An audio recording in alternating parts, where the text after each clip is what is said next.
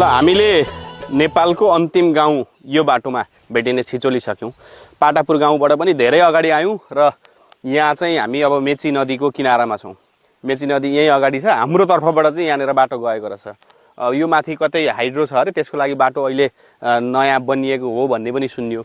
यहीँ अगाडि बगर छ, हामी लगभग सिमानामै छौँ भनौँ, पूर्वी सिमाना यही हो। यो अगाडि देखिएको मेची नदी हो।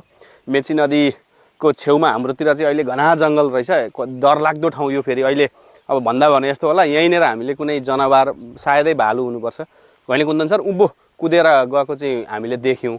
डरमर्दो अवस्था। यहाँ भालुको भन्दा पनि हात्तीको छ। यो हात्ती प्रकोप क्षेत्र हो। यहाँ त हात्तीको हन्जा आउँछ, सयौँको हन्जामा चाहिँ हात्तीहरू चाहिँ वारीपारी गर्ने ठाउँ नै लगभग यही नै हो।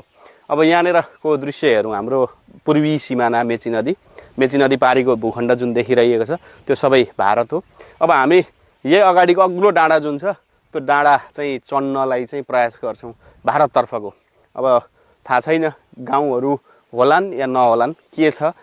अब पक्का हाम्रो छिमेकी हुन त भूगोलले त एउटै त हो, यतापट्टि हाम्रो सलकपुर डाँडा छ, त हामी धेरैपल्ट गयौँ त्यहाँ।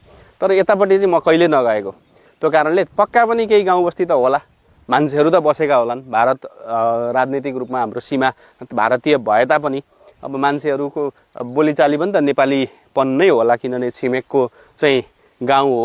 हेरौँ है त, आज रमाइलो यात्रा चाहिँ हामी गर्न तयारी गर्दैछौँ। तर हामी अब यहाँबाट मेचीको किनारै लगभग अब बाटोले चाहिँ टेकेको छैन, बाटो चाहिँ अलिकति भित्रैबाट गएको छ। हेर्दै जाउँ कस्तो कस्तो भूगोल पार गर्दै गइन्छ र कसरी हामी माथि चढ्छौँ यहाँभन्दा अगाडि गएर। हामी यस्तो ठाउँमा रहेछौँ, मेची खोलाको पश्चिमी तट यो।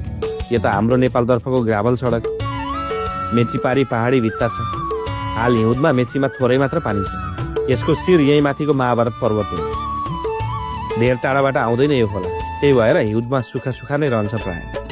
पुरै सुखा त नभनौँ, हाल सबैभन्दा खडेरीको समयमा पनि केही पानी त छँदैछ मेचीमा। तर यसअघि सडक बाटो त खोलामै पो गएको देखिन्छ। हेरौँ के कसरी हामी उत्तरै बढ्नुपर्ने हुन्छ।